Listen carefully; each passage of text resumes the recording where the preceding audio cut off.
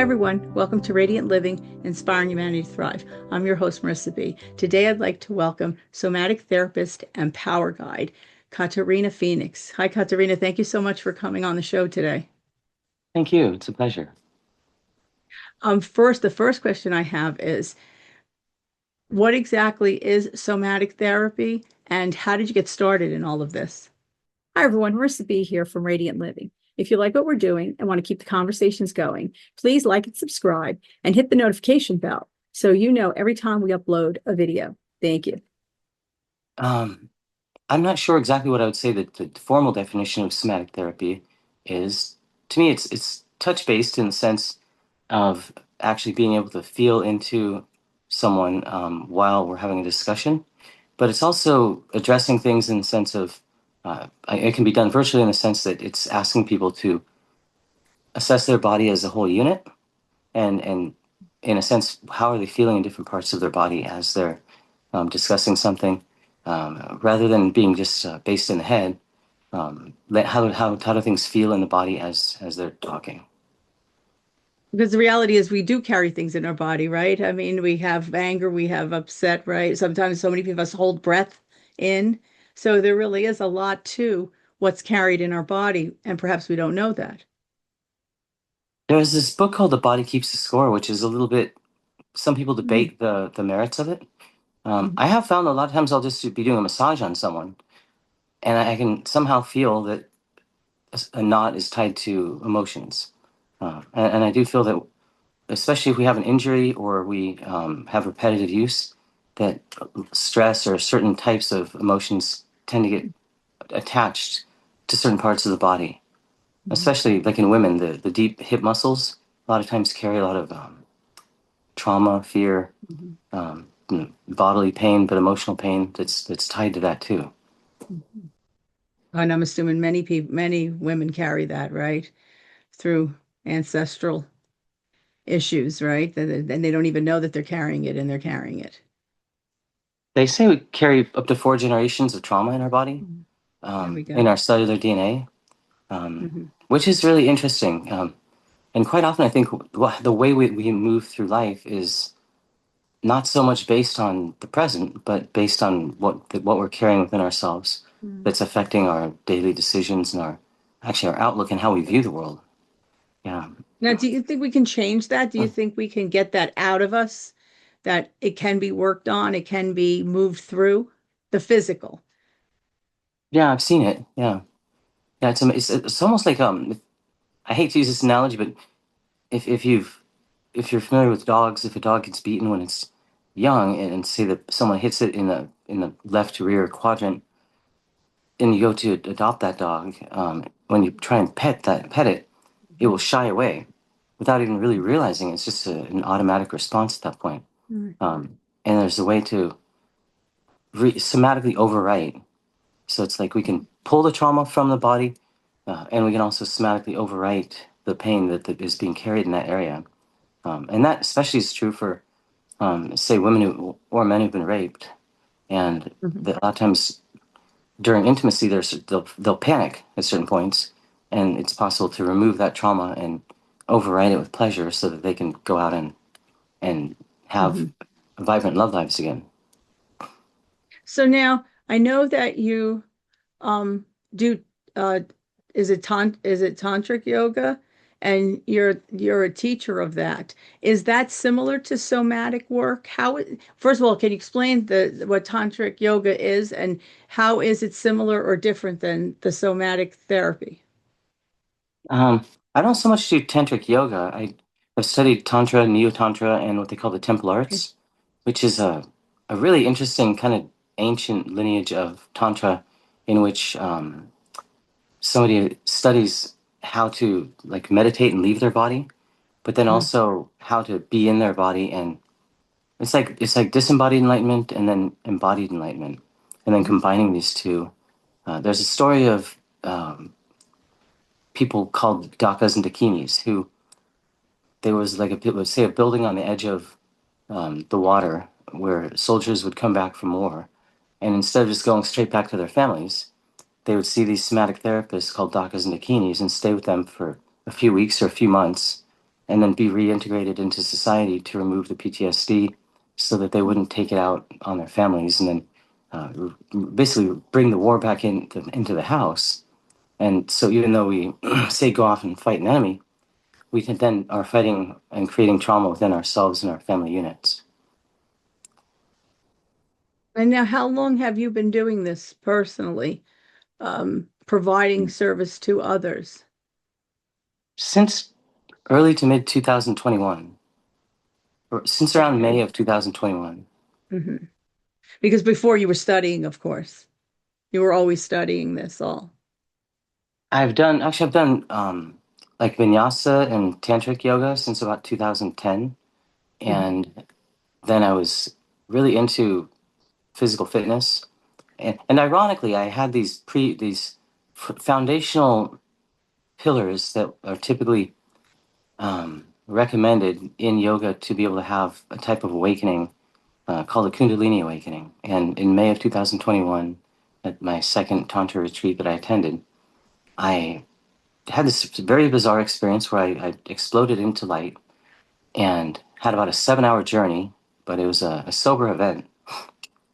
It was almost like being on an ayahuasca or some kind of, just since then, for about the next 18 months, I would just have orgasms randomly throughout the day, almost to be a debilitating. I'd be driving or at Vaughn's shopping, and sometimes it was almost like I was having a hard time staying, I would collapse on the floor if I was home, and just, and the way that energy started moving through my body just totally changed. Large amounts of energy.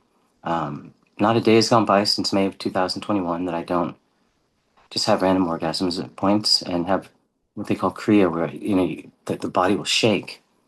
And I just started getting this intuitive hit and started living by intuitive hits. And the main intuitive hit was start touching people and get to know the language of energy. And to me, energy is actually our first language. That what we think of as like when people say they can feel someone looking at them from 10 feet away, and then they turn around and it's true. And in the same way that the first cell that was in that, not the marsupial, the primordial ooze, there was the first cell, and then it became 2 cells and then 4. It didn't have arms, legs, or a voice, or ears, or anything, and yet it's able to communicate instantly with the other cell, and they coordinated and started to build things together. And that language is like what we think of as quantum entanglement. We're all quantum entangled, and And we're we're all always energy, speaking. right? Yeah. Yeah, we're all energy. We're all speaking all the time. We just don't really consciously acknowledge it or think of it as a formal language. But to me, that's actually our first language, is the language of energy. That's an interesting way to look at it. I mean, I know we say that we're all energy, but to say that that's the first language, that is interesting to really sit back and think about that, that the reality is it really is the first language that this single cell had when it began to multiply, right? Because how else did it communicate with the others? That's Yeah, a, it's fascinating. I mean, a, know thyself is one of the real pillars of spirituality. Of almost all spirituality is this know thyself. And how can we know ourselves when we didn't have senses yet, and yet we were out there building ourselves or evolving. To me, I'd always been an empath in the sense that when I'd walk into a room, I could feel what was going on in the room, and I noticed my behavior would change. If I went to church, I'd be this one way. If I went and there was a different group, I would behave differently. They say when you go into Apple, you can still feel the presence of Steve Jobs. And interestingly, quantum physics actually shows the principles of why that is. Yes, but now as an empath, isn't that when I hear people say they're an empath, that that takes its toll on a body, doesn't it? Unless you know how to protect yourself, because I hear many people say that it's exhausting if they're an empath to be around others, and that sometimes it actually hurts them. and I think we're all empaths to a degree, right? Hmm. I think people who have a background in trauma, they heighten their senses in order to predict movements around them and to create safety.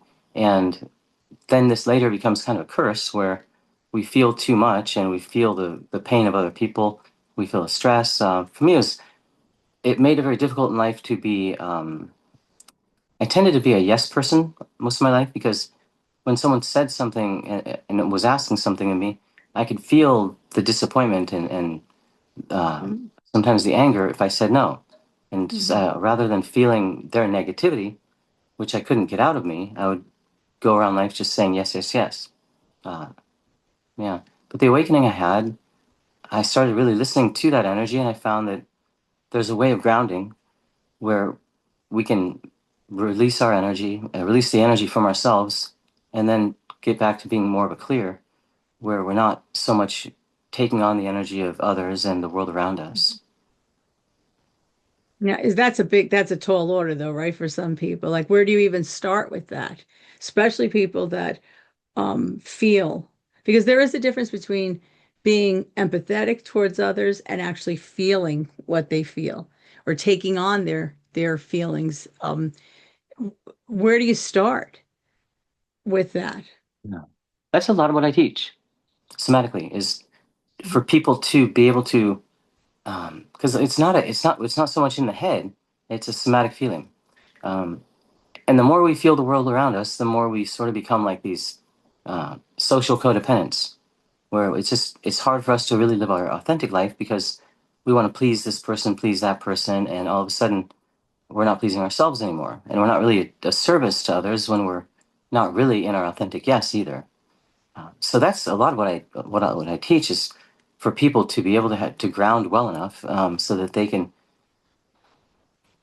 It's I can tell you from a certain point, the Earth is spinning, and at the center of the Earth, it's positively charged because the molten core is spinning at a different rate than the mantle and things, and Hmm. so positively charged electrons are coming up to the surface, and the surface of the Earth has a negative polarity, and the center of the Earth has a positive, and then at 50,000 feet, the ionosphere, these Hmm. gases that the radiation from the sun go 93 million miles and they hit the ionosphere and superheat and they whip off electrons and are positive. So we've got up above positive, at the surface negative, and at the core positive. And so we're right in the middle of this Hmm. magnet. And if we're grounded, like if we envision grounding all the way down to the center of the earth, then we can land this as a somatic practice. Then we can actually get to where we can always maintain a state of clear simply by closing our eyes, breathing in, breathing out, and allowing ourselves to, essentially part of ourselves, to drift away and enter into kind of a witness state consciousness and come back into ourselves and clear the energy that really isn't ours and be in our own energy. And then, as a somatic practice, it's possible to be able to taste what's going on, but not necessarily have it come in. Um, Hmm. you know what I mean? So you're not controlled by it. Yes. And now, how how do you work with clients? Do you work with them in person? Do you work with them online? Can it even be done online? How do you see your clients? Most of my clients are in person. It's easier. I feel like it's easier and it's more progress can be done more quickly in person.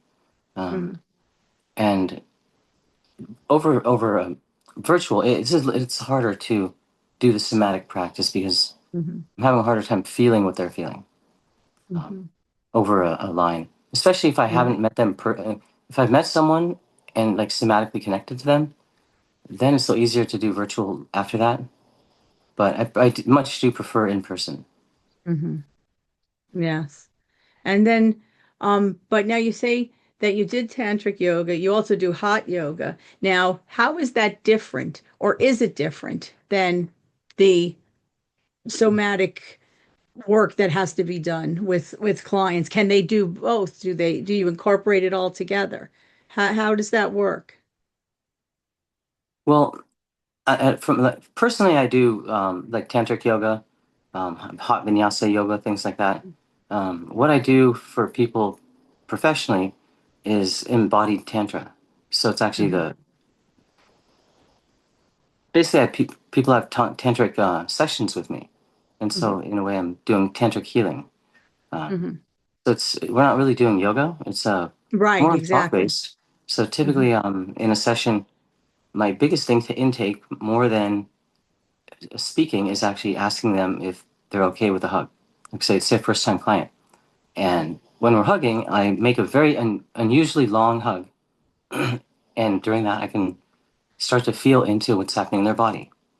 And then a lot of times I'll do say a tantra massage, which is a massage, but only after it, like if I have someone who has, say a good example would be a woman who has a history of rape or has been violated and is no longer being able to have sex or even being in a relationship is difficult for her. And this happens with men too. So I do a long hug, and I'll sit and talk for a while, and move on to a massage table. But a lot of I do want to connect because if I'm with someone and I can connect, like say even in the hug, I'll notice that I can feel if they're nervous and what type of nervousness it is. But at that point, what I do is I myself ground and breathe and bring my nervous state into a lower state and see if they can drop in with me. If their respiration starts to match, if their body starts to calm, and I feel a somatic linking to where our nervous systems connect. All of a sudden, there's like a connection that occurs, and I can feel what's going on in their body. And I'll drop state, and then they'll match, and then I'll drop state, and they'll match. And try and get into more of a theta brainwave state to where it's really calm. And then from that point, move into like a table-based tantric massage. And then I'm just doing a light massage and having a conversation, and it's kind of slow, calm. But a lot of times, just this hit comes of there's like a knot, and that seems to be attached to something. And a lot of times, it just goes into like it can go primal. They can start crying. Yeah, it's kind of mysterious, but it's effective and really deeply mysterious, and it's a beautiful way of healing. And it I think requires a lot of care, because it I is would touch. think so. Yeah, Yeah, it is touching, and I'm wondering how many people are fearful of touch. That for whatever reason, it doesn't always have to be that they have suffered an assault or violence, but wondering how many people are fearful of touch or more reserved with touch. I'm assuming that that actually affects the outcome initially too. yeah, it can. A lot of it, like one of my earliest clients that actually I taught me a lot is was a 78-year-old man who is 82 now, and he came in in our intake he mentioned that he had been raped by his uncle from the age of 5 to 12, and then he went to Vietnam and saw a lot of action, and his whole life he'd been going to VA for counseling for PTSD. He'd been on medications, and even though he led the life of a successful lawyer, raised a daughter, his wife was deceased. He just had always struggled with PTSD, with feeling comfortable, with feeling, in a way, in his body, sort of living a life of disembodiment, of partial dissociation. Uh, and so we did basically a tantric massage, and he came in about a week later, and he just found that he was waking up, and he had a lot of eros, like his body was alive and on fire, and he had kind of an awakening. It helped him remove the shame. All of a sudden, it's just like his shame, he no longer had it. And it's 4 years later, and he wrote a book. Um, and he wrote a book about his dad was the one, and a famous person, so he wrote a book about that. And it might turn into a movie. Um, and this kind of work is really good for people who, like women who have been raped or assaulted. There was a college professor that is a really case that I like to talk about where she just said she couldn't really engage sexually without panicking. Like her head had to be about a foot away from the headboard, and sometimes she would just have a panic response during intercourse, and she just was no longer really able to date, be intimate. And so I relaxed her through basically a tantra massage, and then did what's called a yoni mapping, which is this is where the industry, this is where really, to me, it has to be, has to have a lot of integrity, because in Yeah. this, I did a yoni mapping, which is where you take a finger and slowly go from like position 12 all the way around the clock. Mm. And when it came to about number 9 o'clock, when I press in a little bit, she would have this visceral, like, panic response. She would just grab my hand and it's just a huge panic response. And it took about 3 or 4 tries of relaxing the body again, doing the same thing, and then bringing a little bit of pleasure to that 9 o'clock position, going through the panic response, and then all of a sudden there was no panic response. And she texted me about a week or so later, maybe a month later, saying she was now in a relationship, really excited. She was having like marathon sex with this guy, and it's like her life had just changed because, kind of like that dog we spoke of, the trauma had been removed from the body, and she wasn't really aware consciously. And a lot of it is that thing Jung talks about, that until we make the subconscious conscious, it'll rule our life, and we'll call it fate. And it's hard to be conscious of something that's so embodied, and we're not really aware of our body and what it's telling us. So now how would you, so for example, what would you say to someone who um has may not even know how to start, may not even know that they've suffered trauma, well, or they've pushed the trauma down so far. Where do you start? I mean, how do you know who to go to? Because that is a question about reputable, because we've all heard of instances where things are not reputable, and that makes it bad for those of us that are reputable with clients and the work that we're doing. How does one really do the research for that? What would you say to them? What does one look for? Practitioners who don't focus on touch, especially right away, in the industry, what I've seen a lot of are people who are really excited to touch their clients, or they want to just move straight in to something like that first session. Um, I think if the person that one's working with doesn't really understand what they're actually doing and why, like, the only reason I would do a yoni massage like that, or not a yoni mapping session like that, would be if I really understand why I'm doing it. If I'm doing it just to see if there's something there. But in her case, her story of being in intercourse itself, and then all of a sudden she would just have a panic response. It just seemed logically that there was something about intercourse at the physical level that was causing that warranted an investigation into the physical. And it wasn't about, so that is something I've been working on myself, is creating a guide for the industry. I think the industry worldwide needs a Yes. guide, like, desperately, because what it really needs is oversight.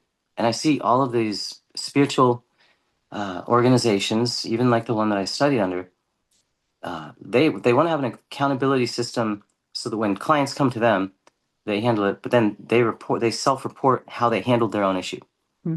And what we need is an accountability system. And this is something I've been working on as a project I'm calling the Integrity Shield Alliance. That's a worldwide organization for the professionals themselves, where we need to hold each other accountable. And we have an accountability system as professionals, by professionals, and for professionals, that's a fully owned and operated organization that we all sign into, and it helps us oversee ourselves. Because who's overseeing the people at the top, the professionals? Right. It's like, it's all downward. For the professionals, handle it for the clients, but they themselves need somebody at an equal level to provide oversight for themselves. And that's really lacking in this industry a lot.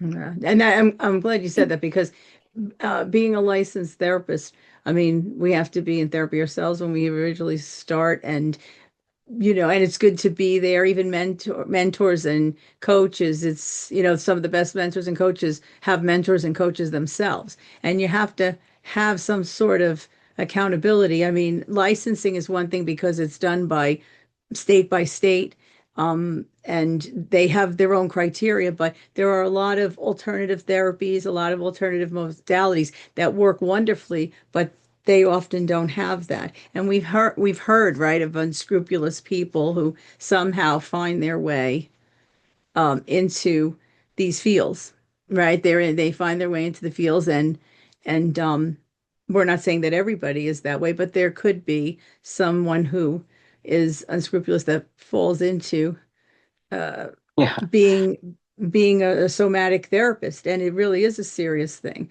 I find that wonderful that you're creating a guide and you're trying to create a worldwide system. I applaud you for that because I think it's so important.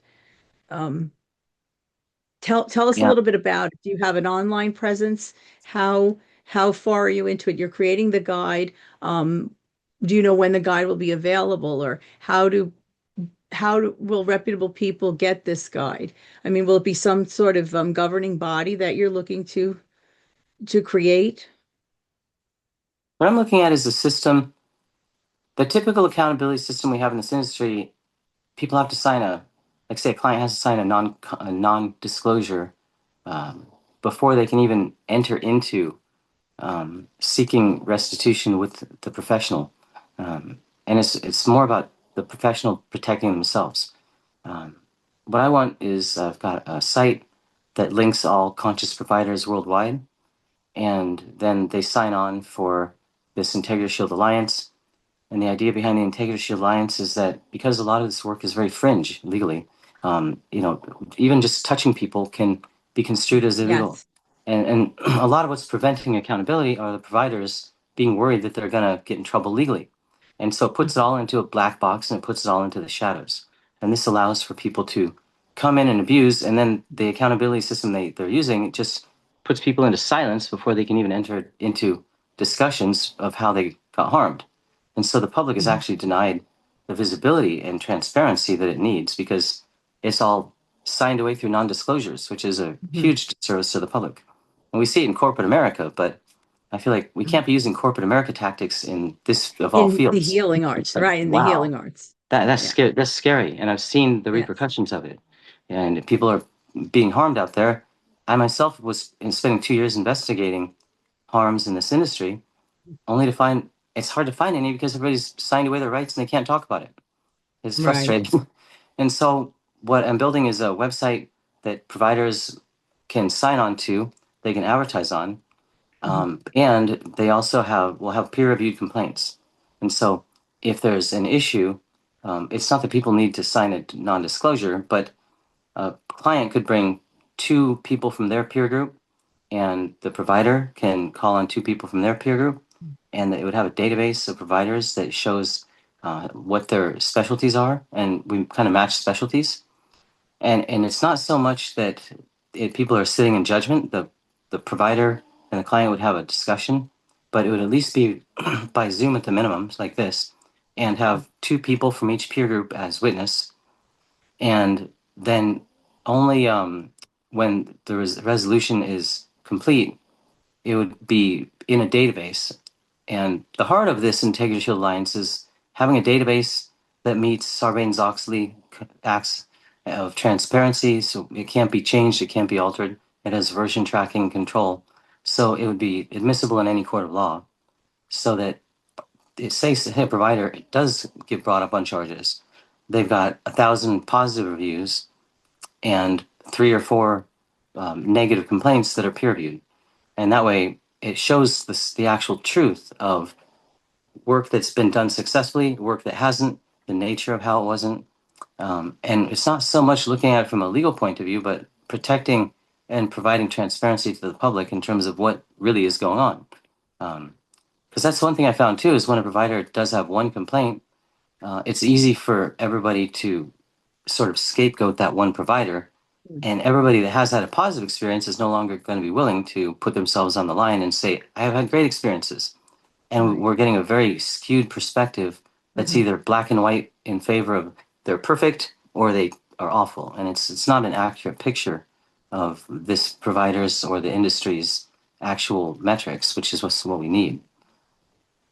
Now, will this only be for people who work within the somatic vein, or will it be for all the types of healing arts that are out there and healing modalities? Yeah, really all of them.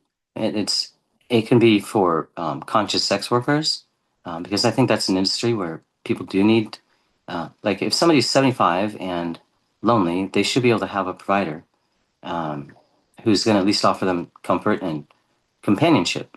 Mhm. And there's no way to know, really, we don't have any way of creating transparency. Um, and even the laws around this kind of stuff, I feel, need to be changed. Mhm. If there's no victim, technically, it shouldn't be There's no illegal to do right. things. Yeah, it's kind of unconstitutional to make things illegal when there's no victim, and it Mhm. evokes the idea of patriarchal values, Mhm. um, and it's sort of like religion interfering in our legal system and denying people the very basics that they need. It's just not fair for people to be denied their own bodily rights that they should have, intimacy and things like that included. But yeah, it could be for any talk-based therapist too. I just feel Right. what we really need for accountability in any kind of industry is transparency. It's Mhm. like if you don't have pure transparency, you can't have accountability, because really accountability and transparency are synonymous. Mhm. And abuse always happens behind closed doors. Right. Right, exactly. Now, how can it, so how, when will this, the website, the database, when will all this be ready? I know you're working on it currently. And how can people get a hold of you, in touch with you, and find out all this information? My website, which is very simple right now, but is katerinaphoenix.com. And I would say within about 6 months, the website should be up. There's a provider website that's going to be a database, and it'll basically it's a so for any worldwide, any location, and people can Mhm. add themselves onto the site. And then the Integrative Alliance is a very low cost. It's just a system. It's really a system of holding each other accountable as professionals, Mhm. and it's non-punitive. It's not like a license where people um, lose their accreditation or anything like that. It's just agreeing to transparency. And if Mhm. people aren't being transparent, because basically when somebody does file a complaint, the complaint would come into the alliance, Right. and every communication is version tracked and can't be changed by any one person. Right. And it's centrally managed, and it's self-governed in the sense that people would rotate in and out. Not a governing body, but in terms of Mhm. actually doing like each provider would be agreeing to help other providers up to a certain point per year, and that's a lot of where the contribution comes in. So say you might be on agreeing to up to 5 hours or so a year of helping other people handle their accountability with a client, and then in turn you could call upon them, and so you'd Right. have a group of other professionals that you could call on, and clients would also in turn have anybody, because they're the only thing that we're doing is asking people to witness. So like Right. if you had an accountability um, that you needed to do, like a resolution with a client with an issue, you could call two other professionals on the database, and it's not like they would decide your fate. It's simply they would be holding witness. And when we're in witness in front of our peers, the clients tend to come in more peaceably and more fairly without the victim, the victim becoming persecutor. And us facilitators, teachers, guides have a real strong tendency to gaslight and be like using that power differential of, oh, you Mhm. should be this way, being condescending and really evading accountability simply through using the power differential that we have above the client. Mhm. And it's a disservice. So it creates more fairness. I just feel we can't handle resolutions in the dark.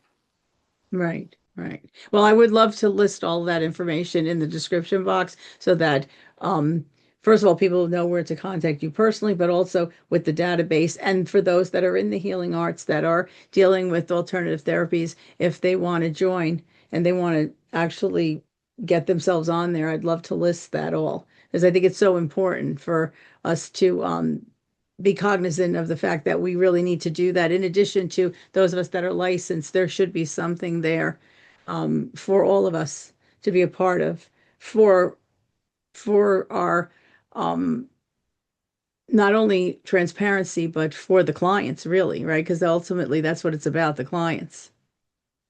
Yeah, and I think this model that we're seeing where we're using lawyers to help with remediations, it just always leads to war, I've found. It's Mm-hmm. like the, like I had an issue and wanted to have a discussion with the school that I'd been Mm-hmm. studying under for years, and they were asking me to sign a non-disclosure, and it wasn't even a, it was secret. It's like their intake form, what they called an incident report. Um, didn't say anything about entering into a binding arbitration. It didn't say anything about non-disclosure agreement, and I would have been basically duped into it, and then Mm-hmm. dealing with their in-house attorney. And then at the end, they would post on their website, if they chose Mm-hmm. to, what solution had been done. And so Mm-hmm. that's not at all transparency. It's actually another type of abuse. Right. And we see it all around us, but it just won't Mm-hmm. work. The public actually needs to have real trust in Mm-hmm. people doing any kind of alternative modality. Mm-hmm. Um, and people hear about it in licensed, even in licensed, Yes. it can happen one of my daughters really was being asked out by her male therapist, and it made her Mm-hmm. uncomfortable. Not that she should necessarily have filed a complaint, but we do hear about these things, and Right. it's hard for even the public with the licensed and accreditation firms Mm-hmm. to really find the kind of information we need. It's just not that transparent. Mm-hmm. And I think there are a lot of providers who would be willing to offer transparency. I don't know why we're afraid in this day and age, other than lawyers, of providing transparency. Mm-hmm. It's almost like the lawyers have created this system of warfare where we're Mm-hmm. diametrically opposed from our clients, and we're supposed to be allies, not looking at them as Right. enemies. Yeah. Jackson Brown, Lawyers in Love, 1984, that song, it was so predictive of, Yes. just in my lifetime, I've seen we have so much information, but it's information alone is weaponized against us to where we can't even read the Mm-hmm. contracts, much less the non-disclosures everywhere we go. And we're signing away our rights all the time. In order to do Mm-hmm. anything, you have to sign these forms. This era of using this kind of tactic, it takes away all the privilege of being in the Mm-hmm. information age when the information is leveraged against us. Right. Yeah, and Right. Exactly. and we're all ADHD. It's like part of the reason we walk around feeling ADHD and disembodied is we're overloaded with it too much. I Mm-hmm. thought cell phones and stuff were going to make my life easier, and now I'm a data entry expert everywhere I go. It's Yes, just it's true. It's the you can't truth. even you It's can't the even truth, fly. right? Yeah, No, if it's your the truth. phone And you have to dies, spend so much time, right? So much more time before you yeah, know it. It's just so much time out of your life and you're that frazzled. yes, Frazzled. Yeah. it's true. It's true. Well, Katerina, I want to thank you so much for coming on. I mean, this is so important to talk about. The work you're doing is fabulous. I really applaud you because it's something that we really have to put out there on the planet, right? I mean, it really does need to be said and need to be worked on, especially those of us that are in the healing arts, because it is so important that we are held accountable and that we're there for the clients. And so I thank you. Thank you. This has been a really beautiful discussion. I think when people can feel It, safe, they can be in their yes. bodies, and it's hard to feel safe Yes. in a society that doesn't offer real, true transparency. And yeah, It's so true. Well, I want to thank you. I want to wish you happy holidays with you and your family. And hopefully we will speak again soon. I'd love to have you back on. There's always another topic, right, to speak about. yeah. There's a lot of topics. Yes. Yeah, there's a Thank lot. you. Thank you, truly.